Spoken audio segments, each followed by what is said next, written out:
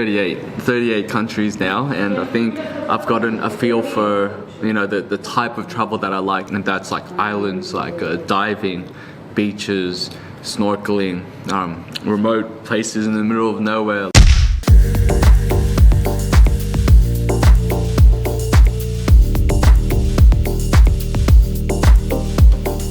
Alright, buenas tardes everyone.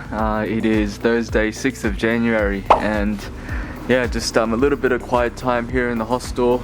Just getting my life together and doing some final bookings, you know, in preparation for going back home on Sunday. So originally I was gonna go back to Barcelona today and catch a 2-3 hour train to my last city. Thought I'd stay another day and go around Madrid and check out the sights here, but yeah, just got a bit lazy this morning, woke up late. By the time I got out of bed it was like 11 o'clock already. Didn't end up going anywhere today. I think I'll probably just chill here and have an easy day. So I'm flying with Etihad, and it doesn't really matter what the country you're coming from or which country you're going to, what the rules are. To board any of their flights, you need to have a negative PCR test. A lot of their flights obviously have a layover in Abu Dhabi or the Emirates. But yeah, it's all written out here what you need to do. Take a PCR test 48 hours before my flight, so that is going to be tomorrow. And they also have suggested clinics. They've partnered up with Eurofins, and you get a discount here as well if you decide to book and get your PCR test with them. So just in terms of booking the PCR test, this is the Eurofins site, and they've got, you know, labs all around Madrid, Barcelona, all around Spain.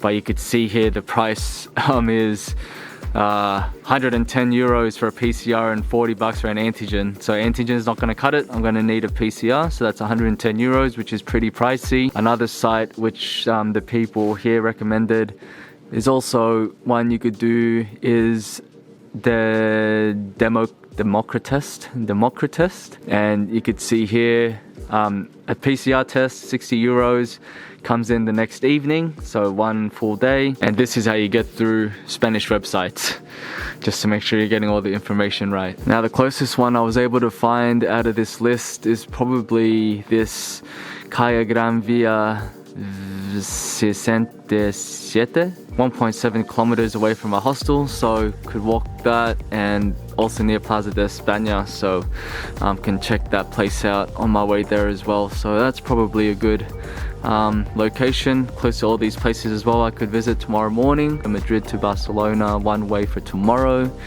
Let's see what kind of tickets. I found that the really early times are the cheapest, but there is no way we are getting ourselves to the station at 6:20 in the morning, so that ain't gonna happen. Let's say 5 o'clock. Give ourselves the most time, get to Barcelona at 7:30, not too bad. Hopefully get to our hostel by 6:30. So we're finally out of the hostel and it's already 5 p.m. in the afternoon. Literally haven't been doing nothing all day. It's probably the first day of the trip where you know, I just really couldn't be bothered doing anything. I was literally just on YouTube all day, just watching videos of like anything and everything. Should be all good for the next couple of days. We booked our train to Barcelona tomorrow. We filled out the New South Wales government health form, so that's already approved. That's all good. We've got our last 2 nights of accommodation in Barcelona. We've got our PCR booked for tomorrow, which is going to be the test. Only reason why I'm out anytime I don't really want to go out is to eat, because I'm hungry. It does get pretty cold here in the evening. I went out for tapas last night. It was a little bit rainy, but you know, I was hungry, so I had to go out. It was 8:30. Wasn't too cold. It was about 8-7 degrees, but by the time I finished having dinner it was freezing. It was like 3 or 4 degrees, and you know, it felt like you were in the snows. My hand was freezing and it was a little bit wet, so yeah, that kind of sucks. So I don't really want to do that tonight, so I'm out early. Sun's still out, still relatively okay, so we're gonna have an early dinner, just load up so we could just stay in the hostel all night without having to go out. Coffee twice, 3 times a day. Never had so much coffee in my life. How do you drink this? So since I've been at the hostel all day, doing nothing pretty much, it also gave me a bit of time to think about you know, this Spain trip. that I'm on, and plus other recent trips that I've been on before the pandemic. And yeah, I've just realized I've been going to countries where it's winter at the end of the year. For work, we always have a 2-week shutdown. That's why I'm always stuck having to travel Christmas and New Year's. The year before the pandemic hit, it was South America.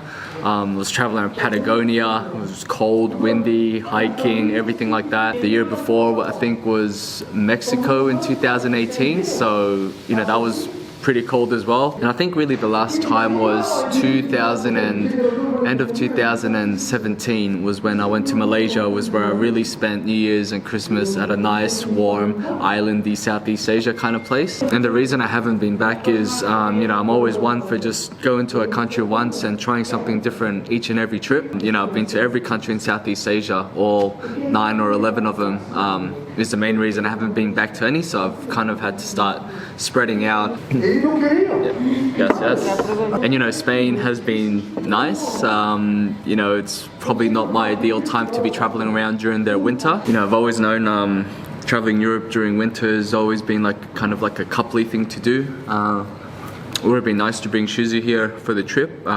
Walking around historical sites, old buildings, walking tours, going to nice restaurants and eating. I don't need any of that for my solo travel, so it would have been, it'd be more of a suiting place for couples and families and things like that. Before I had the aim of going to every single country, having it on the bucket list, going to all the countries in the world. But I think with all my travels for now, 38 countries now, and I think I've gotten a feel for the type of travel that I like, and that's islands, diving, beaches, snorkeling, remote places in the middle of nowhere. It kind of just brings me back to all my travels around Indonesia, Thailand. Even at nighttime here, everyone likes to go out to pubs and taverns and drink beer and this and that, and I don't drink too much on holidays or at all even, but I definitely don't enjoy doing that in the cold, in the middle of the city. It's not really my thing, but I do enjoy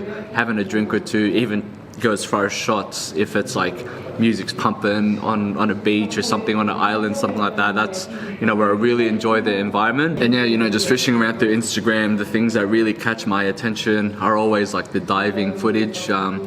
People diving in Malaysia, Indonesia, Thailand, all those real tropical places, and they see amazing things, and those are the kind of things I see, and I'm just I just want to be there. So I think the next trip, I'll really try to focus in rather than just going to random countries just for the sake of visiting it. I think my travels in the next couple of years will be more focused on what I know I enjoy, going to visit. Even if I have to go twice, I would absolutely love to go Komodo Island again. I would love to go Sipidan Island. I would most rather go back to those top dive sites rather than just go to random dives. Yeah, in the next few years coming up, I'll revert back to Southeast Asia and really explore some of the areas there that I haven't been.